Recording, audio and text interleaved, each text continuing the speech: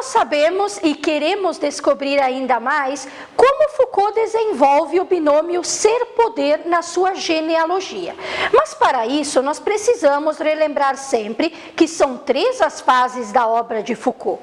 Nós temos a fase da arqueologia do saber, em que ele quer descobrir como se formam os conhecimentos, os saberes. Nós temos a fase da genealogia de Foucault, ou seja, com a obra Vigiar e Punir, e o binômio agora não é mais o do saber, mas sim o do ser-poder, não é mais ser-saber, mas ser-poder, investigando o poder na sociedade e qual é a sua influência na vida das pessoas, dos indivíduos. E nós ainda temos a estética da existência de Foucault, mais ou menos nas décadas de 80, 84, com obras principais como a História da Sexualidade, por exemplo.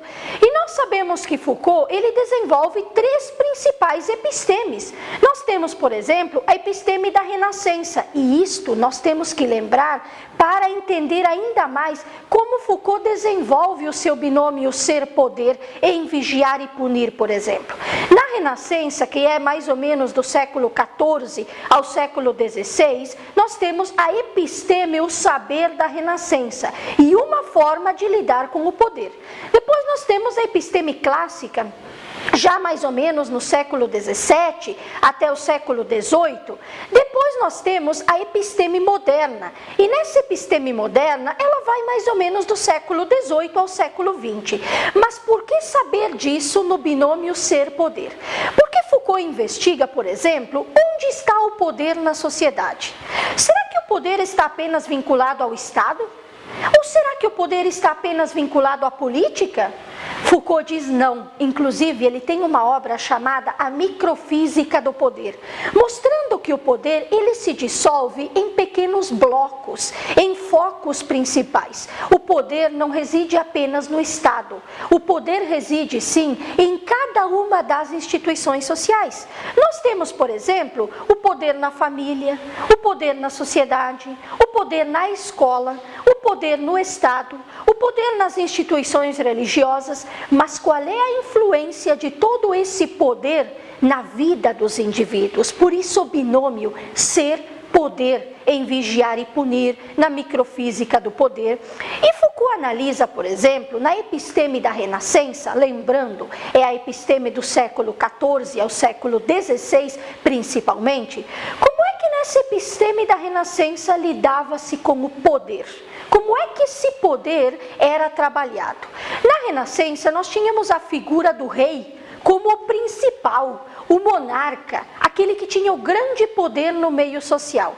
Portanto, todo aquele que desobedecesse às ordens do rei devia ser rigorosamente punido. E mais do que isso, este poder deveria ser mostrado visivelmente. A figura do prisioneiro, a figura daquele que foi punido por ter desobedecido ao rei, deveria ser mostrada para a sociedade, para que ninguém mais agisse daquela determinada maneira. Por isso, como é que era feita a punição? Não tínhamos, por exemplo, aquela ideia de que a punição tem que estar mais ou menos equiparada ao que ele cometeu. Não. Na Renascença, a pessoa era colocada no que nós chamamos de masmorra. Masmorra era um local escuro, em que a pessoa era aí confinada, portanto retirada daquela sociedade, e nesta prisão, neste local escuro, esta pessoa era isolada, e para toda a sociedade se mostrava que aquela pessoa estava sendo punida por não ter desobedecido ao poder central, que era o poder do rei.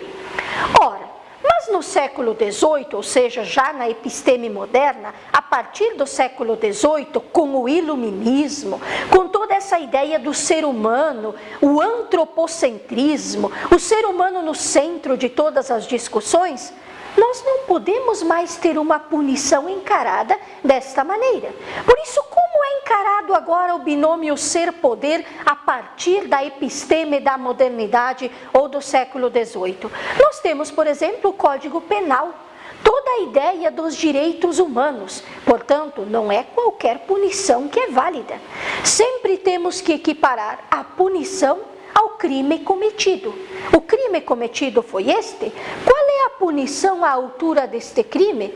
Sempre pensando em que a punição agora, ela não tem o único objetivo de isolar a pessoa, ou de mostrar que ela está sendo punida, ou de castigá-la. A prisão agora, a punição agora, ela quer ressocializar a pessoa. Ela quer, respeitando os direitos humanos, punir aquela pessoa de acordo com aquilo que ela cometeu de errado ou que não deveria ter cometido, mas também para trazê-la, recuperá-la para a sociedade. Então vocês percebem como o poder, ele é encarado de diferentes maneiras. E Michel Foucault tem essa importância na sociologia justamente por mostrar como esse poder é encarado em cada uma das épocas. Nós vimos na Renascença uma outra forma de encarar o poder.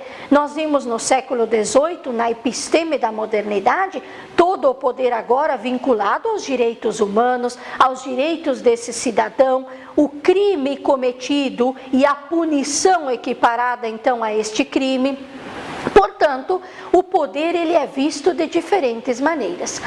Mas Foucault enxerga também um pouco como o poder ele se realiza na sociedade e até mesmo na escola, porque para Foucault nós precisamos analisar qual é o objetivo do poder.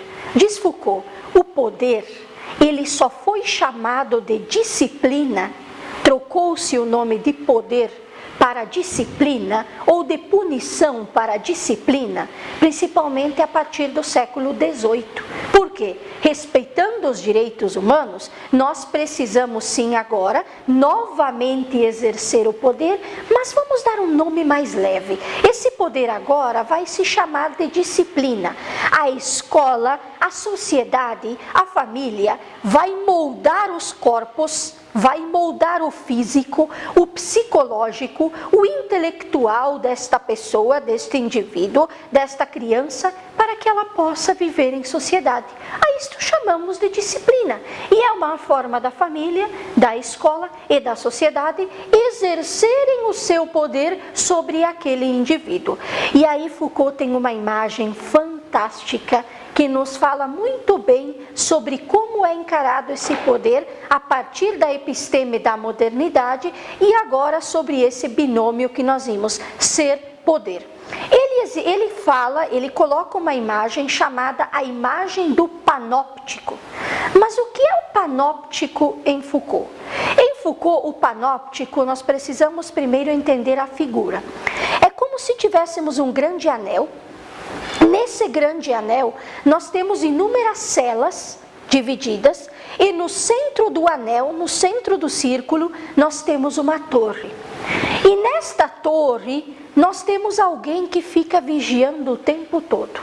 E esta pessoa que fica lá no topo da torre, por aquela única janela que existe na torre, ela enxerga todas as celas presentes dentro daquele anel, dentro daquele círculo, que pode ser a sociedade, por exemplo. Mas qual é a imagem do poder que existe aí? Nós percebemos que na cela, segundo a imagem de Foucault, existem duas janelas. Uma para entrar a luminosidade e outra que dá acesso à torre, para que aquela pessoa que está vigiando da torre consiga enxergar quem está dentro daquelas celas. Mas e aí vem uma pergunta: e quem está na cela? Consegue enxergar aquele que está na torre?